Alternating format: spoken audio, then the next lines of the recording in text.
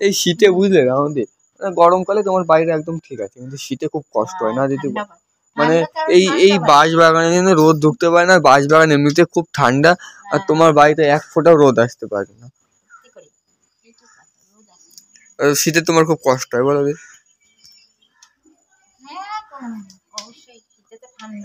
শীতে তো ঠান্ডা, একটু রোদ তো না আসে।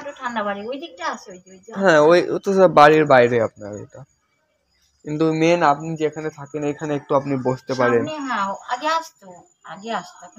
কিন্তু এই আগাগুলো বড় হয়ে যাওয়ার জন্য এগুলোর জন্য আসে না, বলুন?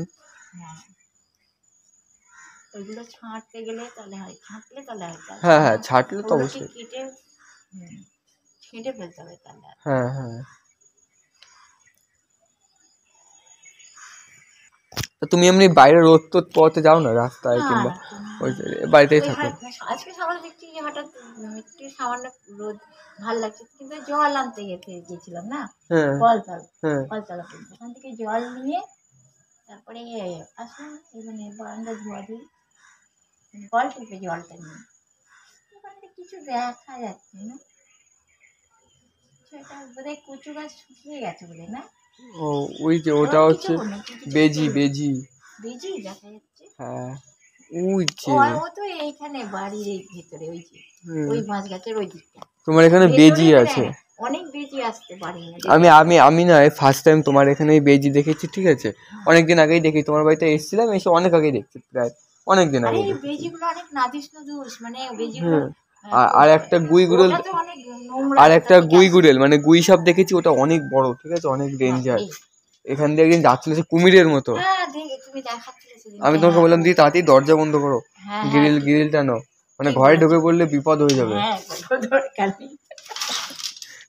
আমি যাবো না নাকি?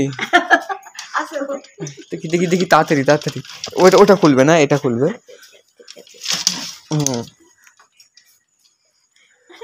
আমরা গুইগুড়েলের ভয়ে কিন্তু মানে ঘরে চলে এসেছি, আর আমাদের এই যে পুরো ঘরময় আটকে দিচ্ছে।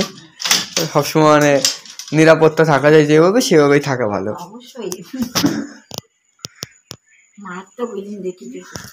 অনেক বড়, দেখলেই ভয় লেগে যায়, কুমিরের মতো জিভ বের করে। ওদের কিছু জীবে শক্তি থাকে জানো, আর খুব মানে ওদের শরীর কত মানে ইয়ে, মানে অনেক অনেক বছর আগেকার পাকা মনে হয় দেখলে না, আসছিল।